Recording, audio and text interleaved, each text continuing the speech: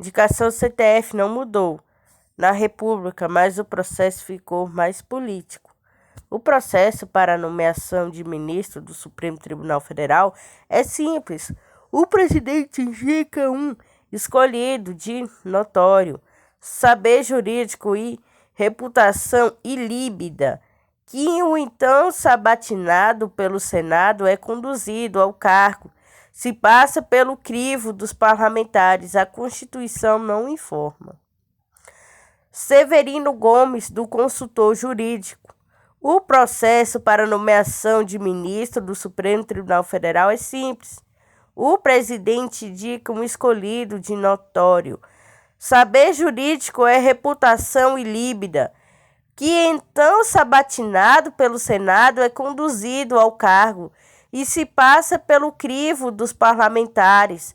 A Constituição não informa quem pode indicar o ministro para o exame do Senado, mas o país aceitou a ideia de que essa incumbência é do presidente da República. O fato de que, desde a instituição da República, apenas em uma ocasião, a indicação foi rejeitada no Congresso, justifica a percepção de que o processo não se faz com diálogo e de que o presidente pode então escolher quem quiser. Os senados apenas chancelam os nomes que lhes são direcionados. Essa percepção é errônea. O então presidente Lula bem quis levar ao STF seu ministro da Justiça, Tarso Genro. Desistiu quando soube que o Senado rejeitaria esse erro. Estudos acadêmicos apontam que, na verdade, as indicações só têm essa taxa de rejeição tão baixa porque o processo político de conversa entre os poderes antes da decisão final funciona como uma garantia de que não vai haver conflito aparente. A única vez em que os nomes propostos pelo presidente para o Supremo foram negados aconteceu em 1991, quando o Marechal Floriano Peixoto indicou para a corte um médico e outros 4 engenheiros e militares.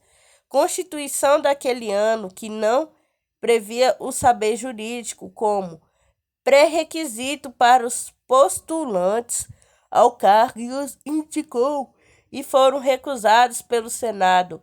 O médico rejeitado era Cândido Barata Ribeiro, que amargou a reprovação quando já atuava como ministro do STF, pois na época o indicado podia assumir as funções antes da aprovação do Senado.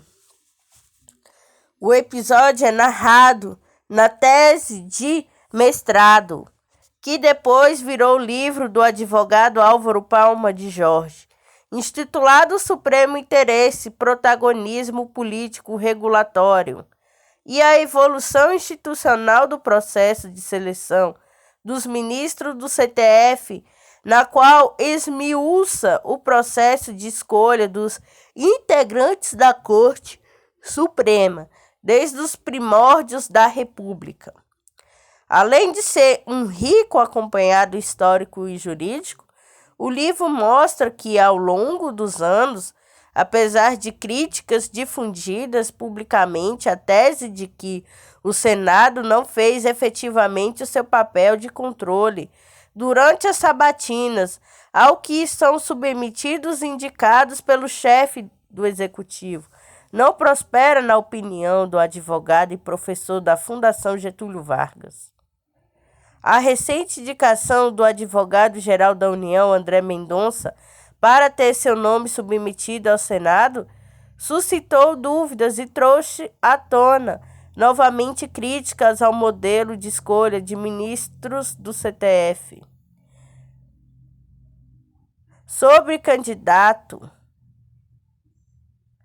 No entanto, na opinião de Palma de Jorge, embora os ministros somente possam ser nomeados após aprovação pelo Senado, nas sabatinas ocorridas na comissão de Constituição e Justiça, senadores já indicaram que consideram a opinião de juízes e o próprio STF sobre o candidato como um elemento importante para sua aprovação. As consultas informais dos senadores a antigos e atuais integrantes da Corte fazem parte na prática desse processo de avaliação dos indicados pelo chefe do Poder Executivo formal e informalmente. Portanto, o preenchimento de uma vaga no tribunal não é ato unilateral do presidente da República, disse o professor em artigo recente. De fato, o projeto História Oral do Supremo da Fundação Getúlio Vargas registra vários episódios que mostram de maneira clara a influência política nas indicações de seu livro. De Jorge conta que o atual presidente do STF, ministro Luiz Fux, disse não existir possibilidade nenhuma, zero, de se chegar a um cargo desse sem apoio político. O ministro aposentado César Peluso descreveu com o apoio do Tribunal de Justiça de São Paulo, TJ São Paulo, da Igreja e de ministro do próprio STF, além da decisiva intervenção do advogado e jurista Márcio Thomas Bastos e, à época, o ministro da Justiça, foram fundamentais para que o seu nome fosse selecionado pelo presidente Luiz Inácio Lula da Silva, indicado para aprovação pelo Senado. O ex-ministro Sepúlveda pertence, por outro lado, revelou a existência de verdadeiras campanhas para o STF, com desembargadores promovendo manifestos abaixo-assinados do prefeitos, governadores e outro político, além da existência de lobby por determinados nomes junto ao presidente da República. Confidenciou ainda o que o então presidente José Sarney lhe teria dito, que precisava inventar uma vaga para ele no STF, pois o cargo de Procurador-Geral da República, que até então ocupava, estava sendo postulado por setores do Ministério Público Federal. Brasil na história. A primeira Constituição brasileira trata do Supremo Tribunal Federal. Foi a Constituição da República dos Estados Unidos do Brasil, de 24 de fevereiro de 1991. Embora tenha surgido na sequência da instituição, as quais alguns autores indicam como precursoras institucionais do STF, tais como a Casa da Suplicação do Brasil, criada por alvará de João V1 em 10 de maio de 1808, e o Superior Tribunal de Justiça do Brasil, instituído pela Constituição Política do Império do Brasil, de 25 de março de 1824, modelo de uma corte com competência para o controle de constitucionalidade das leis, nos moldes da Suprema Corte dos Estados Unidos, nasceu de fato com a República, explica o livro. Nos Estados Unidos, após a indicação do nome pelo presidente da República, cuja liberdade discricionária é bastante ampla e não existe critérios formais a serem observados, cabe ao Senado, antes de oferecer seu ad viceand consentimento em relação ao candidato indicado pelo presidente Sabatina, indicado por meio do Senate Judiciary Committee. Tradicionalmente, a advice-and consent do Senado americano toma de forma de aprovação ou não da indicação, afirma o livro. No Brasil, foram feitas 117 indicações para ministro do Supremo durante a República. Antes da Constituição de 1988, no entanto, não houve um histórico de debates ou recusa dos exames, exceto no caso já mencionado do governo de Floriano Peixoto. Tais dados indicam que a sociedade brasileira, portanto, o seu Senado, não se preocupava com o Supremo Tribunal Federal e seus ministros. Este cenário começou a ser alterado a partir de 1988, disse Jorge. Ou seja, até a Constituição de 1988, no entanto, não havia uma preocupação tão premente quanto aos nomes que comporiam a Corte. Foi o desenho institucional esboçado na Constituição Cidadão que impulsionou a discussão de temas que até então jamais havia chegado ao CTF. A cientista política Mariana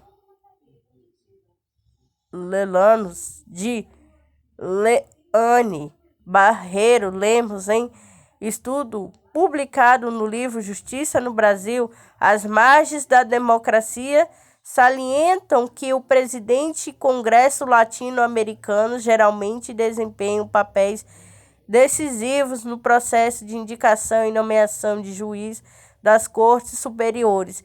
De acordo com o texto, com o Senado quase nunca se recusou a confirmar um candidato da presidência desde a criação do CTF em 1891.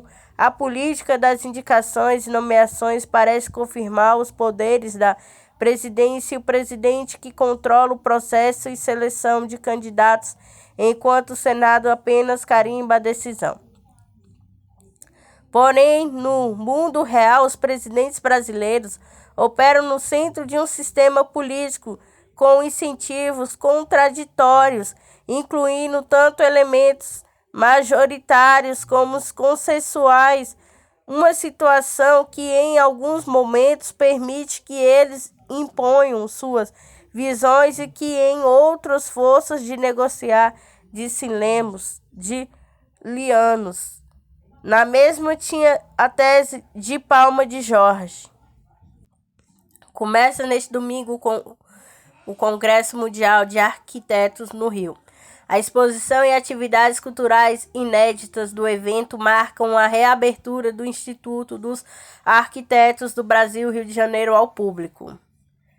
27. Congresso Mundial de Arquiteturas, UIA, 2022-21 Rio, vai inaugurar neste domingo 18 às 11h30 um conjunto de exposição e atividades culturais inéditas na sede do Departamento do Rio de Janeiro. Do Instituto de Arquitetos do Brasil, Beco de Pinheiro, 10 Flamengos serão as únicas atividades presenciais do evento devido às restrições impostas pela pandemia do novo coronavírus. Para sua realização, o evento tem apoio do Conselho de Arquitetura e Urbanismo do Brasil, CAUBR, e da Federação Nacional dos Arquitetos e Urbanistas, FNA. A entrada é gratuita e haverá controle de acesso seguindo todos os protocolos de distanciamento social e programação principal do UIA 2021 Rio. Começa no mesmo dia de forma digital. O evento de destaque é a exibição Arquiteturas em Português, Diálogos Emergente, filme e exposição apresentado pelo Conselho Internacional dos Arquitetos de Língua Portuguesa, SIALP, com curadoria de Ana Vaz Milheiro, Inês Lima Rodrigues, Jorge Figueira e coordenação de Rui Leão Filme. Exposição contará com 11 trabalhos de ateliês de 8 territórios: Brasil, Cabo Verde, Goa, Guiné, Bissau, Macaú, Moçambique, Portugal e São Tomé e Príncipe, no salão da sede do IAB Rio de Janeiro. Esse conteúdo pode ser visto ao mesmo tempo em várias telas, o que vai proporcionar uma nova experiência de reflexão a partir desse mosaico cultural do Rio e da arquitetura lusófona. Para a arquiteta e co-presidente do IAB Rio de Janeiro, Lígia Tamela, e reabertura do IAB Rio de Janeiro para as atividades do UIA 2021 Rio, tem um enorme relevância simbólica e realização do maior evento de arquitetura e urbanismo do mundo na sede de um Instituto de Arquitetos do Brasil, IAB, que chega ao centenário deste ano. Essas ocupações que estamos montando é o que vai abrir no domingo, está congregando várias instituições como CAUBR e o CIALP, e para nós é uma grande alegria e oportunidade praticar esse conceito de espaço de compartilhamento de recursos, seja por meio dos suportes audiovisuais, dos projetos ou do próprio salão como uma praça. Esse recurso vão trazer uma variedade estética de narrativas que configuram a riqueza da nossa cultura, afirmar nossa capacidade de organização enquanto a sociedade civil é muito importante no cenário atual, com tantos desafios, afirma Lígia. Junto à exibição de arquiteturas em português, diálogos emergentes e os monitores vão expor Corpos no Mundo, que conta com pílulas audiovisuais com artistas das periferias e favela do Rio de Janeiro, com o objetivo de apresentar suas pesquisas artísticas, reflexões, deslocamentos, transicionamentos e demonstrar a cidade no Rio através dos seus moradores e curadoria e da arquiteta Lígia Tamela e da produtora cultural da Maré, Pamela Carvalho, o objetivo de colocar intervenções visuais lado a lado, reconhecer que o país que fala a língua portuguesa compartilha uma história de colonização e enfrente os mesmos desafios sociais, econômicos e políticos, para proporcionar ao público a oportunidade de encontrar novas soluções que sirvam tanto ao Brasil quanto aos demais países. Conteúdo audiovisual do UIA 2021 Rio, a exibição de arquiteturas de todos os mundos dentro do auditório. Entende do Conselho de Arquitetura e Urbanismo do Brasil, CAUBR, como telão de LED gigante. A exposição de trabalhos selecionados do 7º Fórum Internacional sobre o Patrimônio Arquitetônico FIPA. Seleção de projetos contemporâneos chineses. Seleção de projetos brasileiros internacionais que dialogam com os 17 Objetivos do Desenvolvimento Sustentável da ONU. Mapa Mundi no centro do salão, com diferentes fusos horários representando as propostas do OIA 2021 Rio de unir pessoas que estão ao rede do globo através do congresso virtual. Tecidos acrobáticos pendurados no teto vão incentivar experiências sensoriais entre os visitantes, representantes e encontro de instituição de arquitetura, no quais se vão lançando fios tecendo redes. Neste domingo 18 haverá a comemoração dos 30 anos do Centro Internacional dos Arquitetos de Língua Portuguesa, CIALP, com a presença do embaixador de Portugal e da diretora do Instituto Camões, do presidente do CAUBR e do presidente do Comitê Executivo do UIA 2021 Rio, e arquiteto Sérgio Magalhães.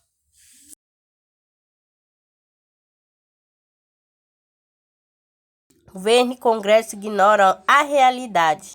O brasileiro há muito já percebeu que o mundo real está muito além para uns poucos privilegiados e muito aquém para a imensa maioria do que prometem os governos e políticos. Veja-se o caso do que a Lei de Diretrizes Orçamentárias LDO, o balizamento do Orçamento Geral da União, OGU, enviado pelo governo ao Congresso e aprovado no dia 14 de julho. Na Câmara passou por 278 votos a favor, 145 votos contra e uma abstenção no Senado por 40 vezes 33 votos aprovar LDO. Era a última obrigação dos deputados e senadores antes de saírem de férias para o recesso de meio de ano.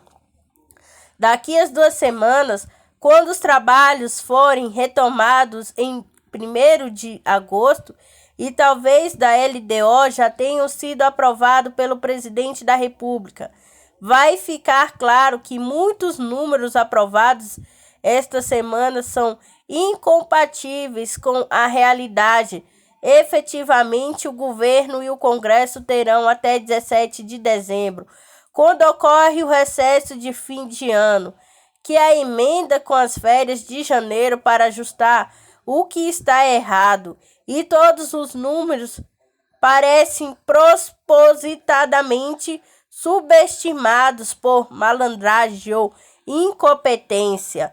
Quando se subestima os números do produto interno bruto do PIB, ou seja, a reunião de tudo que se produz de bens, serviços e renda a cada ano, a quantidade na economia e os da inflação e os preços calculados em média ponderada dos itens que compõem o PIB, há um natural desencasamento entre o que só pode arrecadar a receita dos impostos sobre os bens e serviços e renda. É, portanto, do que se poderá gastar a LDO, define receitas e despesas e o déficit ou superávit previsto no caso do Orçamento Geral da União de 2022.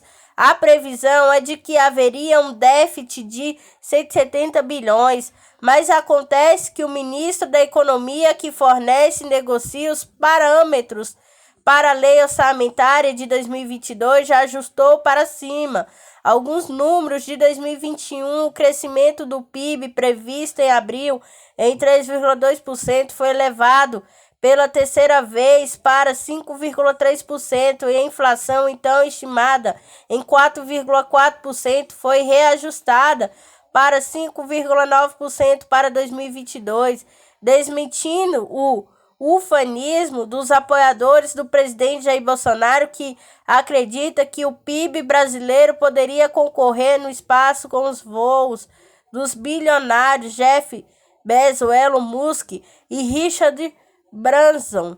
E o governo prevê alta de 2,5% no PIB e de 3,5% na inflação medida pelo IPCA.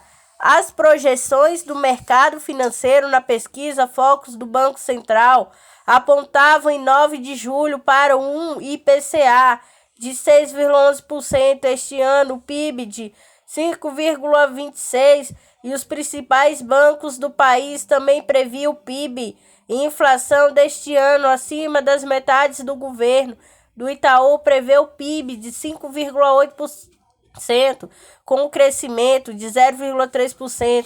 No segundo trimestre é de 1,2%. No terceiro trimestre, a inflação é de 6,1%. Para este ano, mas para 2022, o crescimento mais modesto, 2%. IPCA maior, 3,7%. O Bradesco está mais conservado que o governo para o PIB do ano de 5,2% e de 2022 2,2% e prevê inflação maior em 2021 6,45%, menor em 2022 3,3%. Em tese, com o próprio Ministério considera que a trajetória de um preço é volumes negociados estão acima do previsto, com a amostra e o aumento de 20% na arrecadação até junho. Haverá folga de recursos arrecadados para o governo negociar à vontade com políticos e governadores e prefeitos que lhes são próximos politicamente. Isso é uma enorme balandragem que vai permitir ao governo abrir discricionariamente em seu saco de bondades no ano eleitoral. No Brasil, o crescimento da economia da inflação sempre foi triunfo na manga dos governos para negociar com o Congresso uma subversão completa das relações entre o Legislativo, o Parlamento, e o Executivo. O Parlamento surgiu na Inglaterra no século XIII, quando os burgueses e os clérigos reagiram contra as constantes convocações do rei para sacramentar o aumento de impostos para fazer frente às despesas sem freio. Aqui no Brasil, durante muitos anos, vendeu-se a ideia de que a inflação era parte do processo de desenvolvimento do governo JK. Ajudou a propagar essa ideia políticos como Paulo Maluf, até Carlos Lacerda, paradoxalmente comungavam do mesmo ideal graças a financiamentos e poder de vista. Possavam de realizadores do presente e acolhiam os dividendos políticos e a comissão para a realização, mas deixava as dívidas para o futuro. A correção monetária anestesiou para uns poucos os males da inflação. Tanto houve de leniência com gasto e tesouros nas metas de receita e despesas públicas, essas sempre crescendo mais que as receitas, o que o cidadão contribuinte sabesse impossível de fazer com seu próprio orçamento, que a situação saiu inteiramente do controle, gerando a hiperinflação. Só o plano real bateu a hidra de inflação e criou um mínimo de estabilidade monetária. A tentação pelos gastos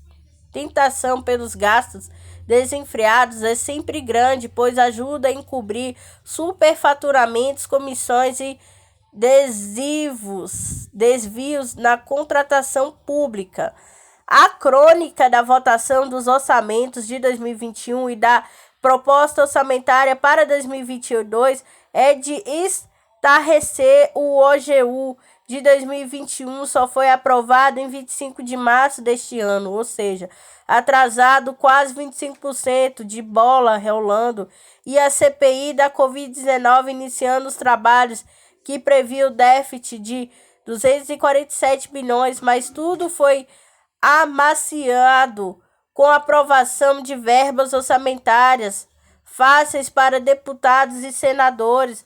A moeda de referência foi destinação de verbas para a compra de retroescavadeiras, com as quais os políticos fecham os acordos com os prefeitos em suas bases eleitorais. O objetivo imediato era arregimentar os votos contra a instauração de um processo de impeachment pelo conjunto de ações negacionista que levou mais de 540 mil brasileiros à morte pela Covid-19.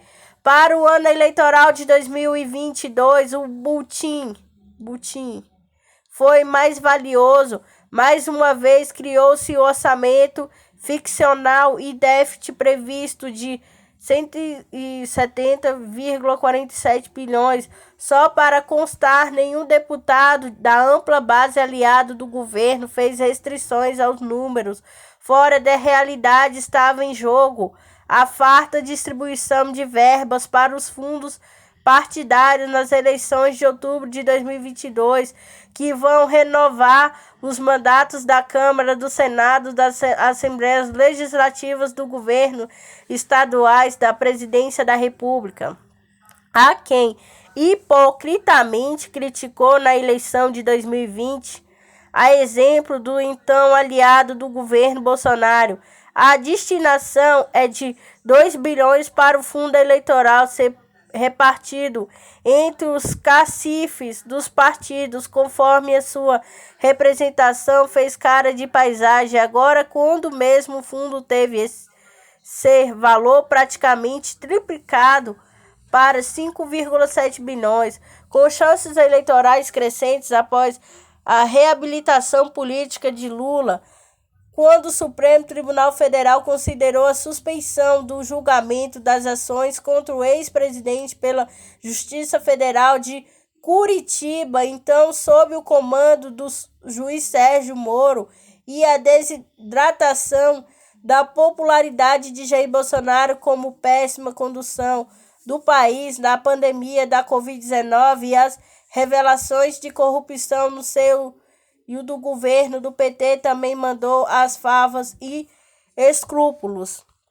Lembrando o gesto do ex-ministro da Educação, Jarbas Passarinho, ao votar pelo AI-5 na fatídica reunião ministerial de 13 de dezembro de 1968, o senador Paulo Rocha, PT, Pará, justificou que o país tem de pagar o alto preço da democracia e que os representantes do povo não podem ficar submetidos ao poder econômico. De fato, governantes em campanha pela reeleição do Plano Federal e Estadual fazem uso permanente de verbas e da máquina de governo. Veja o caso das recentes Lewandowski alerta semipresidencialismo e a nova tentativa de golpe. Em artigo, o ministro criticou a proposta que vem sendo defendida por colegas do CTF, no momento em que Lula lidera todas as pesquisas e comprou a manobra que foi feita para reduzir os poderes de João Goulart em 1961. O ministro Ricardo Lewandowski, do Supremo Tribunal Federal, publica um artigo neste domingo na Folha de São Paulo, em que alerta para o novo golpe que circula na praça e do semipresidencialismo, uma nova conversa do parlamentarismo que já foi rejeitada pelo Novo Brasileiro em plebiscito. A doação do semipresidencialismo poderia reeditar o passado que muitos preferiram esquecer. É preciso cuidar para que a história não seja reencenada como pantomima, diz Lewandowski, que relembra o parlamentarismo imposto a João Goulart em 1961.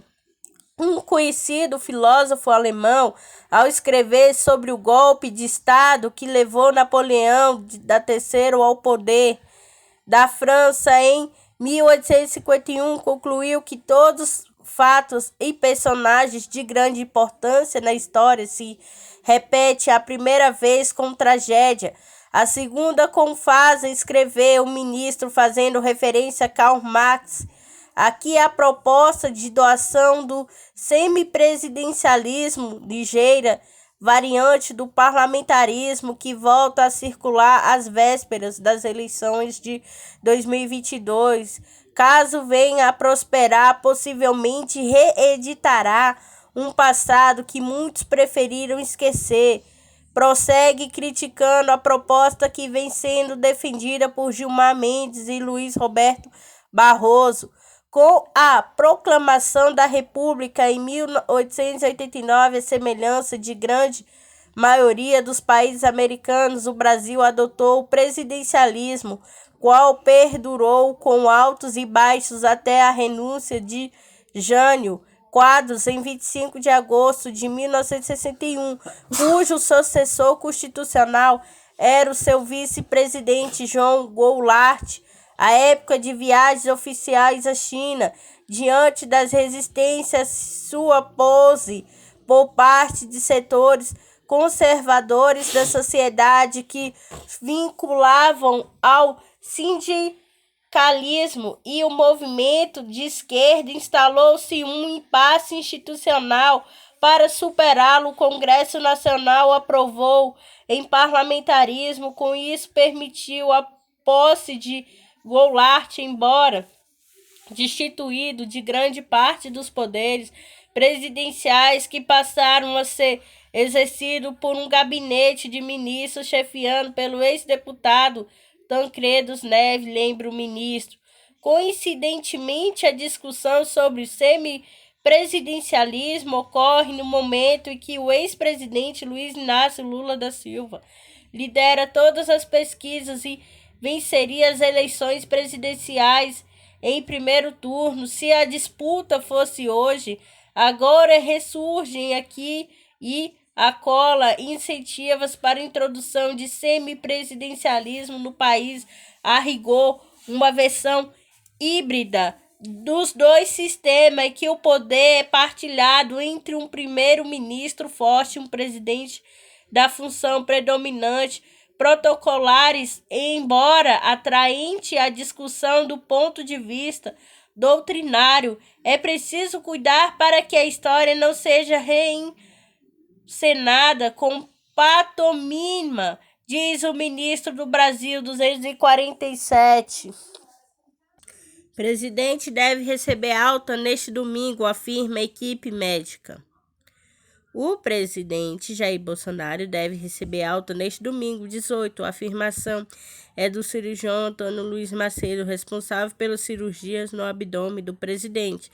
Segundo ele, ainda não há como precisar o horário em que o presidente receberá alta e o sistema digestivo já está funcionando, disse o médico. Macedo disse que o presidente pode retornar às atividades com calma a partir de segunda-feira, 19.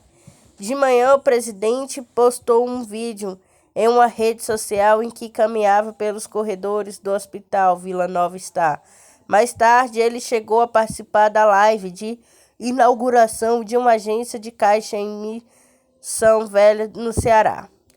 Na quarta-feira, Bolsonaro deu entrada pela manhã no Hospital das Forças Armadas, em Brasília, com uma crise persistente de soluço e mal-estar. Exames indicaram um quadro de obstrução intestinal por decisão do cirurgião Antônio Luiz Macedo, responsável pela cirurgia no abdômen do presidente Bolsonaro. Foi transferido para São Paulo no fim do dia. O presidente foi transferido para o Hospital Vila Nova Star, em São Paulo, onde se encontra internado até o momento com a Agência Brasil. Biomanguinhos recebe IFA para mais de 10 milhões de doses de vacina. Biomanguinhos ainda aguarda mais remessa de IFA para que sua produção alcance as 100,4 milhões de doses previstas no contrato com AstraZeneca. O Instituto de Tecnologia em Imunobiológicos da Fundação Oswaldo Cruz, Biomanguinhos, Fiocruz, recebeu na noite deste sábado, 17, mais um carregamento de ingrediente farmacêutico ativo da IFA que serve de base para a produção da vacina Oxford AstraZeneca contra a Covid-19. A IFA foi importada da China, como prevê o acordo da Fiocruz com a farmacêutica AstraZeneca, e chegou em voo ao Rio de Janeiro. Nesta semana, a fundação atingiu a marca de 70,4 milhões de doses produzidas em biomanguinhos, entregues ao Programa Nacional de Imunização. Outras 4 milhões de doses foram importadas prontas da Índia no início do ano. Até o fim do ano, a Fiocruz prevê receber IFA para produzir mais de 70 milhões de doses, além das 100,4 milhões já encontrados. Além disso, está em processo de produção o primeiro lote nacional de IFA, a partir do qual a Fiocruz deve ganhar autossuficiência no processo e produzir mais de 50 milhões de doses neste ano e 180 milhões de ano que vem com a Agência Brasil. Indicação CTF não mudou na República, mas o processo ficou mais político. O processo para a nomeação de ministro do Supremo Tribunal Federal é simples. O presidente indica um escolhido de notório saber jurídico e reputação ilíbida, que o então sabatinado pelo Senado é conduzido ao cargo. Se passa pelo crivo dos parlamentares, a Constituição não informa. Severino Gomes, do consultor jurídico. O processo para nomeação de ministro do Supremo Tribunal Federal é simples. O presidente indica um escolhido de notório saber jurídico é reputação ilíbida, que então sabatinado pelo Senado é conduzido ao cargo e se passa pelo crivo dos parlamentares. A Constituição não informa quem pode indicar o ministro para o exame do Senado, mas o país aceitou a ideia de que essa incumbência é do presidente da República. O fato de que, desde a instituição da República, apenas em uma ocasião, a indicação foi rejeitada no Congresso, justifica a percepção de que o processo não se faz com diálogo e de que o presidente pode então escolher quem quiser. Os senados apenas chancelam os nomes que lhes são direcionados. Essa percepção é errônea. O então presidente Lula bem quis levar ao STF seu ministro da Justiça, Tarso Genro. Desistiu quando soube que o Senado rejeitaria esse erro. Estudos acadêmicos apontam que, na verdade, as indicações só têm essa taxa de rejeição tão baixa porque o processo político de conversa entre os poderes antes da decisão final funciona como uma garantia de que não vai haver conflito aparente. A única vez em que os nomes propostos pelo presidente para o Supremo foram negados aconteceu em 1991, quando o Marechal Floriano Peixoto indicou para a corte um médico e outros 4 engenheiros e militares. Constituição daquele ano que não previa o saber jurídico como pré-requisito para os postulantes ao cargo e os indicou e foram recusados pelo Senado. O médico rejeitado era Cândido Barata Ribeiro, que amargou a reprovação quando já atuava como ministro do STF, pois na época o indicado podia assumir as funções antes da aprovação do Senado. O episódio é narrado na tese de mestrado, que depois virou livro do advogado Álvaro Palma de Jorge, intitulado Supremo Interesse, Protagonismo Político Regulatório e a Evolução Institucional do Processo de Seleção dos Ministros do STF, na qual esmiuça o processo de escolha dos integrantes da Corte Suprema, desde os primórdios da República. Além de ser um rico acompanhado histórico e jurídico, o livro mostra que, ao longo dos anos, apesar de críticas difundidas publicamente, a tese de que o Senado não fez efetivamente o seu papel de controle durante as sabatinas, ao que são submetidos indicados pelo chefe do Executivo, não prospera na opinião do advogado e professor da Fundação Getúlio Vargas. A recente indicação do advogado-geral da União, André Mendonça, para ter seu nome submetido ao Senado, suscitou dúvidas e trouxe à tona novamente críticas ao modelo de escolha de ministros do STF. Sobre candidato. No entanto, na opinião de Palma de Jorge, embora os ministros somente possam ser nomeados após aprovação pelo Senado, nas sabatinas ocorridas na Comissão de Constituição e Justiça, senadores já indicaram que consideram a opinião de juízes e o próprio STF sobre o candidato como um elemento importante para sua aprovação. As consultas informais dos senadores e a antigos e atuais integrantes da Corte fazem parte na prática desse processo de avaliação dos indicados pelo chefe do Poder Executivo formal e informalmente. Portanto, o preenchimento de uma vaga no tribunal não é ato unilateral do presidente da República, disse o professor em artigo recente.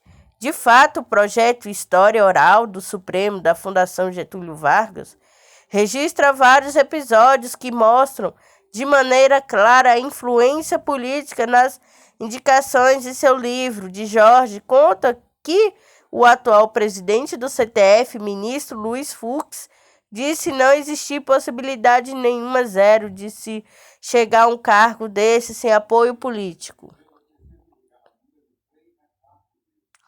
O ministro aposentado César Peluso descreveu com o apoio do Tribunal de Justiça de São Paulo, TJ São Paulo, da Igreja e de ministro do próprio CTF, além da decisiva intervenção do advogado e jurista Márcio Thomas Bastos e, à época, o ministro da Justiça, foram fundamentais para que o seu nome fosse selecionado pelo presidente Luiz Inácio Lula da Silva, indicado para aprovação pelo Senado.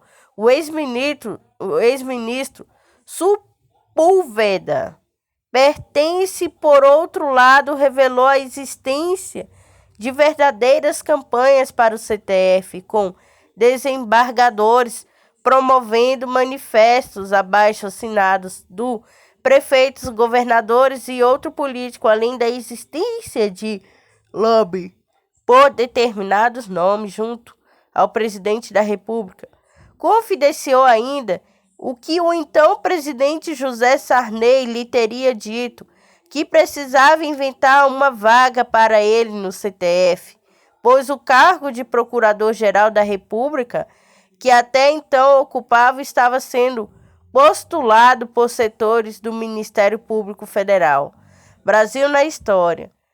A primeira Constituição brasileira trata do Supremo Tribunal Federal, foi a Constituição da República dos Estados Unidos do Brasil, de 24 de fevereiro de 1991. Embora tenha surgido na sequência da instituição, as quais alguns autores indicam como precursoras institucionais do CTF, tais como a Casa da Suplicação do Brasil, criada por alvará de João V1 em 10 de maio de 1808, e o Superior Tribunal de Justiça do Brasil, instituído pela Constituição Política do Império do Brasil, de 25 de março de 1824, modelo de uma corte com competência para o controle de constitucionalidade das leis, nos moldes da Suprema Corte dos Estados Unidos, nasceu de fato com a República, explica o livro. Nos Estados Unidos, após a indicação do nome pelo presidente da República, cuja liberdade discricionária é bastante ampla e não existe critérios formais a serem observados, cabe ao Senado, antes de oferecer seu ad vice consentimento em relação ao candidato indicado pelo presidente Sabatina, indicado por meio do Senate Judiciary Committee. Tradicionalmente, advesse ante consente do Senado americano, toma de forma de aprovação ou não da indicação, afirma o livro. No Brasil, foram feitas 117 indicações para ministro do Supremo durante a República. Antes da Constituição de 1988, no entanto, não houve um histórico de debates ou recusa dos exames, exceto no caso já mencionado do governo de Floriano Peixoto. Tais dados indicam que a sociedade brasileira, portanto, o seu Senado, não se preocupava com o Supremo Tribunal Federal e seus ministros. Este cenário começou a ser alterado a partir de 1988, disse Jorge. Ou seja, até a Constituição de 1988, no entanto, não havia uma preocupação tão premente quanto aos nomes que comporiam a Corte. Foi o desenho institucional esboçado na Constituição Cidadão que impulsionou a discussão de temas que até então jamais havia chegado ao CTF. A cientista política Mariana Lelanos de Leane Barreiro Lemos, em estudo publicado no livro Justiça no Brasil, As Margens da Democracia, salientam que o presidente e Congresso latino-americano geralmente desempenham papéis decisivos no processo de indicação e nomeação de juiz das Cortes Superiores. De acordo com o texto, com o Senado quase nunca se recusou a confirmar um candidato da presidência desde a criação do CTF em 1891, a política das indicações e nomeações parece confirmar os poderes da presidência e o presidente que controla o processo e seleção de candidatos, enquanto o Senado apenas carimba a decisão. Porém, no mundo real, os presidentes brasileiros operam no centro de um sistema político com incentivos contraditórios, incluindo tanto elementos majoritários como os consensuais, uma situação que em alguns momentos permite que eles imponham suas visões e que em outros forças de negociar, disse Lemos de Lianos. Na mesma tinha a tese de Palma de Jorge.